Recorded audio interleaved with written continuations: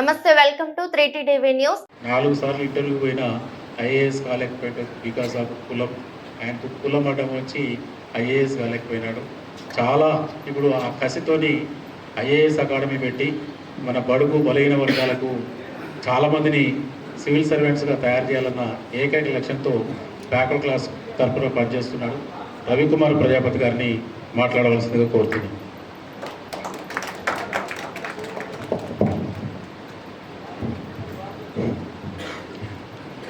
जय पूले, जय पूले, जय मंडल, जय अंबेडकर, जय बीसी, जय जय बीसी. నా పేరు రవికుమార్ ప్రజాపతి. మాది మానుకోట, మహబూబాబాద్, మహబూబ్ నగర్లో ఉన్నాను. మహబూబాబాద్ నుండి సివిల్ సర్వీసెస్ ఎగ్జామ్ అంటే దేశంలోనే అత్యున్నత ఉద్యోగాలకు జరిగే ఒక పరీక్ష. ఒకటి కాదు, 23 రకాల ఉద్యోగాలు ఉంటాయి. ఆ 23 రకాల ఉద్యోగాలకి ఒక్కటే ఎగ్జామ్ ఉంటుంది. ఆ ఒక్క ఎగ్జామ్ రాస్తే 23 రకాల ఉద్యోగాల్లో ఏదో ఒకటి వస్తుంది. 1000 పోస్టులు ఉంటాయి. అటువంటి అద్భుతమైన ప్లాట్ఫామ్. దేశ అత్యున్నత రాజకీయ నాయకులు, ప్రైమ్ మినిస్టర్, చీఫ్ మినిస్టర్లకు కూడా బ్రెయిన్గా పనిచేసే అటువంటి ఐఏఎస్ అధికారులు, ఐపీఎస్లు, ఐఆర్ఎస్లు, ఇటువంటి అధికారులను తయారు చేసే ఎగ్జామ్లో జరుగుతున్న ఒక కుట్ర అనేది మనకెవరికి తెలీదు.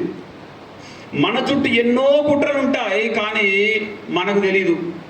మనకు కనిపించవు. కనిపించిన వాటి పట్ల ప్రత్యేకంగా మనం శ్రద్ధ పెట్టం. మన ముందు యాపిల్ భూమి మీద పడ్డది, కానీ పట్టించుకోలే. ఒకడు భూమి మీద పడ్డది అంటే భూమి ఆకర్షణ శక్తి ఉందనగానే అవునా అన్నాం. అలాగే మన చుట్టూ అనేక రకాల అన్యాయాలు, కుట్రలు మనపైన జరుగుతూనే ఉన్నాయి, కానీ మనకు తెలియదు. నిమ్మకు నీరెత్తినట్టుగానా, ఇంకా మీరు ఎలా అనుకున్నా పర్లేదు, మనము ఒక రకమైన మత్తులో ఉన్నాం. ఆ మత్తులో ఉండేలాగా చేశారు. సో ఇది ఎవరు చేశారు? ఇవన్నీ మనం మాట్లాడడానికి ముందు మొదటగా అసలు బీసీలు అంటే ఎవరు, ఈ బహుజనులు అంటే ఎవరు? చాలా వరకు మనం అనుకుంటాం బహుజనులు అంటే, నిజంగా చెప్పాలంటే చాలామంది దళితులు అనుకుంటున్నారు. మొన్నటి వరకు కొన్ని పార్టీలు ముందుకు వచ్చేసి బహుజనులు అనగానే అది దళితుల పార్టీ అనుకున్నారు. నిజానికి బహుజనులు అంటే ఎవరు? ఎక్కువగా సమాజంలో ఉన్న వర్గాలు. మరి అట్లా చూసుకుంటే బీసీలు కదా. అయితే మరి బీసీలు అంటే ఎవరు? బీసీలు అంటే ఎవరు అంటే, నిజంగా చెప్పాలంటే చాలామంది దళితులు అనుకుంటున్నారు. మొన్నటి వరకు కొన్ని పార్టీలు ముందుకు వచ్చేసి బహుజనులు అనగానే అది దళితుల పార్టీ అనుకున్నారు. నిజానికి బహుజనులు అంటే ఎవరు? ఎక్కువగా సమాజంలో ఉన్న వర్గాలు. మరి అట్లా చూసుకుంటే బీసీలు కదా. అయితే మరి బీసీలు అంటే ఎవరు? బీసీలు అంటే ఎవరు అంటే, నిజం చెప్పాలంటే మళ్ళీ బీసీ అంటే బ్యాక్వర్డ్ క్యాస్ట్ కాదు. బీసీ అంటే బ్యాక్వర్డ్ క్లాసెస్. అంటే ఇందులో అనేక కులాలు కలిసి ఉన్నాయి. ఇంకా చెప్పాలంటే బీసీలలో ముస్లింలు ఉన్నారు, బీసీలలో క్రిస్టియన్లు ఉన్నారు. మతం మారితే దళితులందరూ మళ్ళీళ్ళకే వచ్చేస్తారు బీసీసీగా. ఇంకా చెప్పాలంటే ట్రైబల్ కూడా ఉన్నారు. మీకు పాండిచేరికి వెళ్తే బీసీలో బ్యాక్వర్డ్ ట్రైబ్స్ ఉంటారు. అంటే బీసీలు అంటే ఎవరు అంటే, మొత్తం మీద 90% పైగా ఉన్న భారతీయులు. 90%. మనం బీసీ అంటే 52%, 60% ఇదే చెప్పుకుంటాం. ఈ బీసీలలో మొత్తం దళితులు ఉన్నారు, గిరిజనులు ఉన్నారు, ముస్లింలు ఉన్నారు, క్రిస్టియన్లు ఉన్నారు, ఇంకెవరు లేరు. అధికారాన్ని చేతిలో పెట్టుకొని అధికార దండాన్ని చేపుకున్న వాళ్ళు తప్ప మిగిలిన వాళ్ళందరూ ఉన్నారు. సో ఈ మధ్య నేను ఒక మిత్రుడిని కలిశాను, ఐఏఎస్ స్థాయి వ్యక్తి. కలిసి మాట్లాడుతూ ఉన్నప్పుడు బీసీలం అందరం కూడా ఏకమయ్యి ఏదో రాజ్యాధికారం అన్నీ ఏదో డిస్కస్ చేశాం. అతను నవ్వాడు. ఊకవయ మీ వల్ల ఏమవుతుంది, మీరు ఏదో అద్దం నేల మీద పడితే ఎన్ని ముక్కలు అయినాయో అన్ని ముక్కలు ఉన్నాయి, మీరందరూ ఏకమవుతారు అని. మీ వల్ల ఎక్కడ అవుతుంది, మీ వల్ల కాదు అన్న. అంటే నేనేమన్నానంటే ఈ ముక్కలన్నింటినీ ఏకం చేయడానికి మాకు బీసీ సమాజ్, బీసీ టైమ్స్ ఇటువంటి వేదికలు ఎప్పుడో ప్రారంభమయ్యాయి, కొనసాగుతూ ఉన్నాయి. ఇలాంటి వేదికలు ఒక వేదికను చూసి ఇంకొక వేదిక, ఇంకొక వేదికను చూసి ఇంకొక వేదిక, అనేక వేదికలు తయారు కాబోతున్నాయి. ముందు నవ్వుతారు, నవ్విన నాపచేనే పండుతుంది. నవ్వండి, మీరెంత నవ్వితే మేము అంత ఎదుగుతాం. నవ్వండి, అవమానించండి, మమ్మల్ని ఎద్దేవా చేయండి, మేము ఖచ్చితంగా దాని నుండే ఏకమవుతాం అని చెప్పేసి చెప్తే చూద్దాంలే అన్న. చలో చూడాల్సిందే మీరు అన్న, ఖచ్చితంగా మనం చూపించాల్సిందే. సో సివిల్ సర్వీసెస్ ఎగ్జామ్ గురించి తీసుకుంటే మీరు 1000 పోస్టులలో 500 ర్యాంకు వరకు కూడా మనం చూపించాల్సిందే. సో సివిల్ సర్వీసెస్ ఎగ్జామ్ గురించి తీసుకుంటే మీరు 1000 పోస్టులలో 500 ర్యాంకు వరకు కూడా ఎస్సీ ఎస్టీ బీసీలు ఎంతమంది ఉంటారనుకున్నారు? 100 మంది కూడా ఉండరు. 1000 పోస్టులలో ఫస్ట్ 500 ర్యాంకుల వరకు 100 మంది కూడా ఎస్సీ ఎస్టీ బీసీలు ఉండరు. ఇక టాప్ 100లో 10 మంది ఉంటే ఎక్కువ. అంటే అత్యంత ఉన్నత ఉద్యోగాల్లోకి వెళ్ళే వాళ్ళని ఏం చేస్తారు అంటే మెయిన్స్లో ఎక్కువ మార్కులు వచ్చినా కానీ వాడికి ఎన్ని మార్కులు వచ్చాయి, వీడికి ఏ సర్వీస్ వస్తుంది, చలో చూసి మరి మార్కులు చేతితో గంటతో మార్కులు వేసినట్టుగా వడ్డిస్తారు. ఎవరికి? వాళ్ళను పుష్ చేస్తారు. వాళ్ళ వర్గానికి చెందిన వాళ్ళకి తక్కువ మార్కులు రిటర్న్లో వచ్చినా ఎక్కువ మార్కులు వేసి వాడిని ఐఏఎస్ చేస్తారు. అదే మనకు ఎక్కువ మార్కులు మెయిన్స్లో వచ్చిన ఇంటర్వ్యూ మార్కులు తగ్గించి మరి మనల్ని మళ్ళొకసారి రాయి బిడ్డ. మనం ఏమనుకుంటాం, అయ్యో నేను ఇంకా కష్టపడాలేమో, రాలేదు, ఇంకా చదవాలి, నేను ఇంకా ఇంప్రూవ్ కావాలనుకుంటాం. అనుకొని మళ్ళీ చదివి మళ్ళీ పోతాం. మళ్ళీ మనం ఇక్కడ గల్లీ నుండి ఢిల్లీ దాకా ఇంటర్వ్యూ పోవడం అంటే అంత ఆషామాషిగా. పోయిన తర్వాత మళ్ళీ అవే మార్కులు, మళ్ళా వస్తాం. ఈసారి ఏదో ఇంకా కష్టపడాలేమో, నేను దేవుడు నన్ను, ఇక మనకు ఉంటుంది కదా కామన్ సైకాలజీ, మన తర్వాత ఇదే అనుకొని మళ్ళీ కష్టపడడం, మళ్ళీ పోతాం. అరే ఎన్నిసార్లు పోయినా ఇప్పుడు వడ్డించడం దగ్గర 10 సార్లు తిరిగినా వాడు మన దగ్గర రాగా చేస్తలేడు, గంట పక్క పెట్టుకున్నాడు. మనం మళ్ళా వేస్తున్నాం. లిటరల్గా 4 సార్లు ఇంటర్వ్యూ దాకా వెళ్ళొచ్చాక ఏ జాబ్ రాకుండా ఒక బీసీ బిడ్డ ఏ జాబ్ లేక నిరుద్యోగిగా నిలబడితే ఎలా ఉంటుంది, వాళ్ళ బాధ ఎలా ఉంటుంది? మా నాన్న అయితే కుండలు చేసే వృత్తి, ఏడ్చేసాడు, నువ్వు మా కులంలో లేకపోతే ఇక్కడెందుకు పుట్టినవురా అని.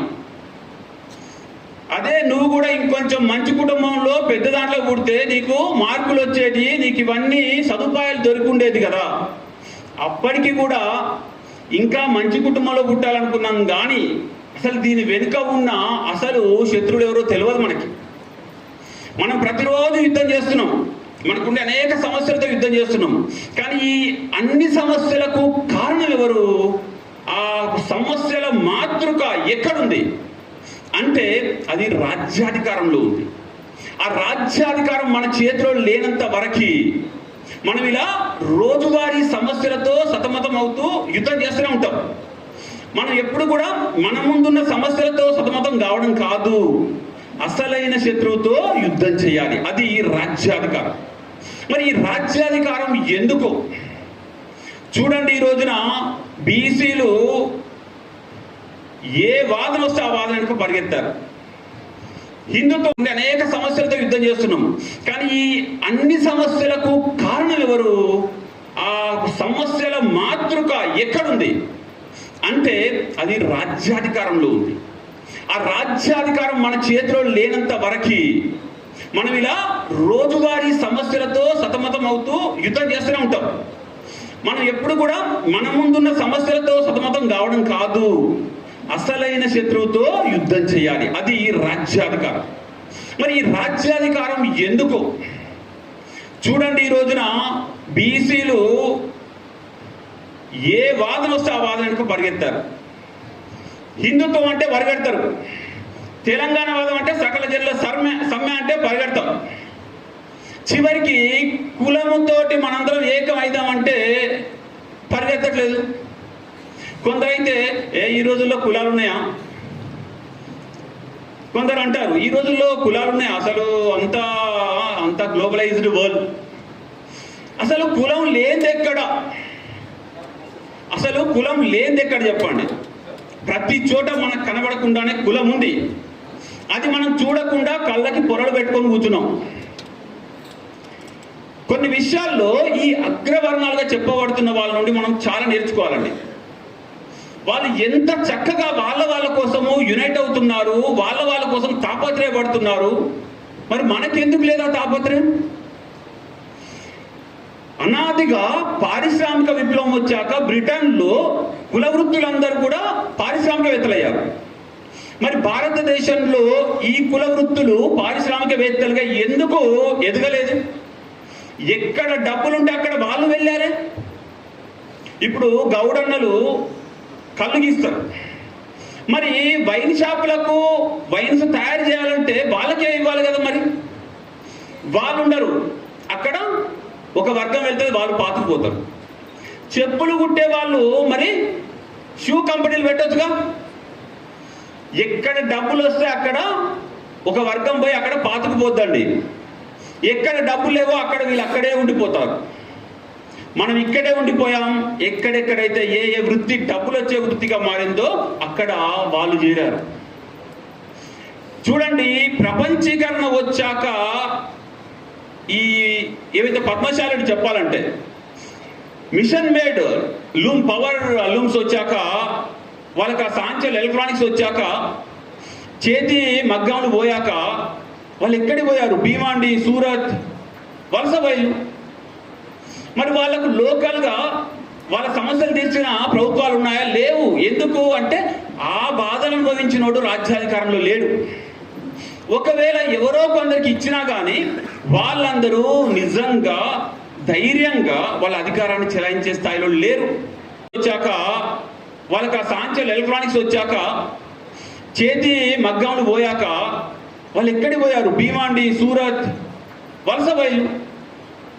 మరి వాళ్ళకు లోకల్గా వాళ్ళ సమస్యలు తీర్చిన ప్రభుత్వాలు ఉన్నాయా? లేవు. ఎందుకు అంటే ఆ బాధను అనుభవించినోడు రాజ్యాధికారంలో లేడు.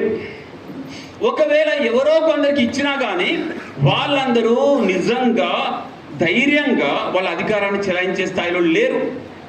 ఉన్నారా? ఇప్పుడు బీసీ నాయకులు ఉన్నారు, ఏదో ప్రతి పార్టీలో ఉన్నారు. వాళ్ళకి అధికారం కొంచెం పోస్టులు కూడా ఉన్నాయి, కానీ ధైర్యంగా వాళ్ళు ఊపిరి పీల్చుకొని ఆ ఏ డెసిషన్ కూడా వాళ్ళు తీసుకోలేరు. చివరికి వాళ్ళు ఎలా అయ్యారంటే, ఏవైతే ఈ అగ్రవర్ణాల పార్టీలు ఉన్నాయో ఆ పార్టీల చేతిలో కీలు బొమ్మలు, చిన్న చిన్న ఉత్సవ విగ్రహాల్లాగా కనబడుతుంటారు బయటికి, అంతే. వాళ్ళు ఏమీ చేయరు. ఇటువంటి పరిస్థితుల్లో అసలు మనకంటూ బీసీలకంటూ ఒక వేదిక లేదే. మనకంటూ ఒక వేదిక ఉందా? లేదు. మనకంటూ ఒక రాజకీయ పార్టీ లేదు. లాస్ట్కి చూడండి, దళిత వర్గాలుగా చెప్పబడుతున్న వాళ్ళు, గిరిజన వర్గాలుగా చెప్పబడుతున్న వాళ్ళు, వాళ్ళకి కూడా బలమైన యూనిటీ ఉంది, బీసీలకు లేదు. వాళ్ళకున్నంత యూనిటీ మనకు లేదు. ఇప్పుడు ఈ సందర్భంలో నిజంగా తెలంగాణ వచ్చింది బీసీ రాజ్యం కోసమే అని మనం గుర్తించాలి. తెలంగాణ వచ్చింది బీసీ రాజ్యం కోసమే. అది మీరు గుర్తించకపోతే వేరే వాళ్ళు తన్నుకుపోతారు. ఎందుకంటే ఉమ్మడి ఆంధ్రప్రదేశ్లో మనం ఉద్యమం చేసే కంటే చిన్న రాష్ట్రమైన తెలంగాణలో ఈజీగా మనం యునైట్ చేయొచ్చు. ఆల్రెడీ మనం చూసినాం, వెలమ రాజ్యం చూసినాం, ఇప్పుడు రెడ్డి రాజ్యం చూస్తున్నాం, పెనం మీద నుండి పొయ్యిలపడ్డం అనుకున్నాం. సో ప్రతి ఒక్కరిని మనం ఎన్నుకుంటున్నప్పుడు ఒక్కసారి బీసీ రాజ్యం ఎందుకొద్దు? ఉమ్మడి ఆంధ్రప్రదేశ్లో ఇంతమంది ముఖ్యమంత్రుల్లో ఒక్కరు లాస్ట్కి దళితులకు కూడా ముఖ్యమంత్రి ఏంటండి, బీసీకి లేడు. అంటే బీసీల పరిస్థితి ఏంది? చదువుకోలేదా? నాలెడ్జ్ లేదా? మనకు ఆర్థికంగా లేమా? సంపాదిస్తున్నాం కదా, మన దాంట్లో కూడా ఉన్న వాళ్ళు ఉన్నారు, మరి ఎట్టుపోతున్నారు వాళ్ళు? ఇక్కడ మనల్ని స్వార్థపరులను తయారు చేసిండ్రు. మనకు తెలియకుండానే ఎవరికి వాళ్ళము వేరైపోయాము. ఇప్పుడు మనందరినీ కలపడానికి బీసీ సమాజ్, బీసీ టైమ్స్ ఆధ్వర్యంలో ఇటువంటి మీటింగులు జరుగుతున్నాయి. వీటిని మనం ఇప్పుడు ఏం చేయాలి? జిల్లాకి, అలాగే మండల స్థాయికి, అలాగే గ్రామ స్థాయికి కూడా అన్ని కులాల వాళ్ళము ఏకమై సమ్మేళనాలు, ఆత్మీయ సమ్మేళనాలు, సహపంక్తి భోజనాలు కూడా ఏర్పాటు చేసుకోవాలి. అందరినీ ఐక్యం చేసే ఒక నేరేషన్ బిల్డ్ కావాలి. మనందరం కూడా సోషల్ మీడియాలో ఒక్కొక్కరు 1000 మందికి మీరు స్ప్రెడ్ చేయండి చాలు. ఎలా ఉండాలంటే విని చూసి వాళ్ళ నోట్లో కూడా బీసీ రాజ్యం వస్తే బాగుండు అనాలి. అంటే బీసీల పరిస్థితి ఏంది? చదువుకోలేదా? నాలెడ్జ్ లేదా? మనకు ఆర్థికంగా లేమా? సంపాదిస్తున్నాం కదా, మన దాంట్లో కూడా ఉన్న వాళ్ళు ఉన్నారు, మరి ఎట్టుపోతున్నారు వాళ్ళు? ఇక్కడ మనల్ని స్వార్థపరులను తయారు చేసిండ్రు. మనకు తెలియకుండానే ఎవరికి వాళ్ళము వేరైపోయాము. ఇప్పుడు మనందరినీ కలపడానికి బీసీ సమాజ్, బీసీ టైమ్స్ ఆధ్వర్యంలో ఇటువంటి మీటింగులు జరుగుతున్నాయి. వీటిని మనం ఇప్పుడు ఏం చేయాలి?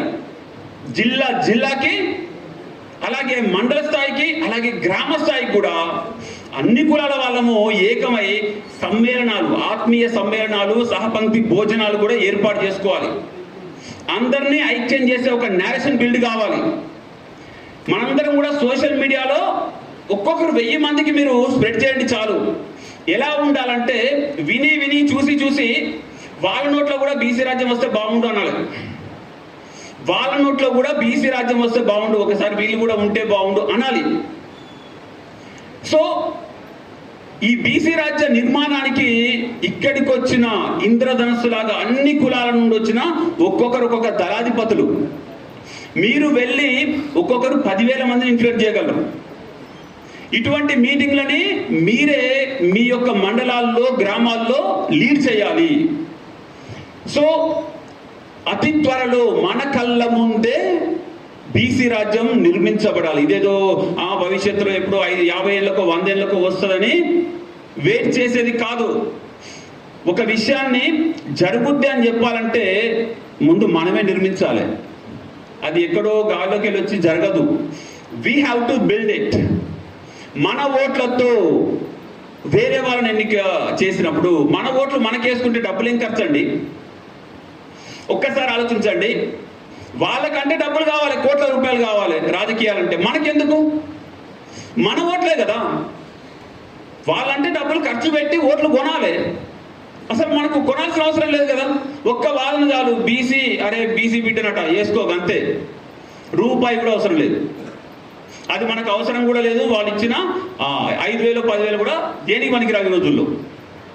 ఒక్కసారి ఉచితంగా మన బీసీ నాయకుడికి మనం ఓటేసుకుందాం. ఎన్ని జనరల్ ఉంటాయో అన్ని జనరల్లో బీసీ ఉంటే బీసీ మధ్య పోటీ ఉండాలి, లేదంటే బీసీలో ఎక్కడిపోయినా ఓసీ ఉన్న వాళ్ళకి అగేన్స్ట్గా బీసీలే ఉండాలి. ఇది ఒక తీర్మానం చేయాలి. దీనికి చాలా కార్యాచరణ అవసరం ఉంది. మనందరం కూడా దానికోసము ఒక సోల్జర్స్ లాగా, యుద్ధానికి సిద్ధమైన సోల్జర్స్ లాగా ముందుకెళ్లాల్సిన అవసరం ఉంది.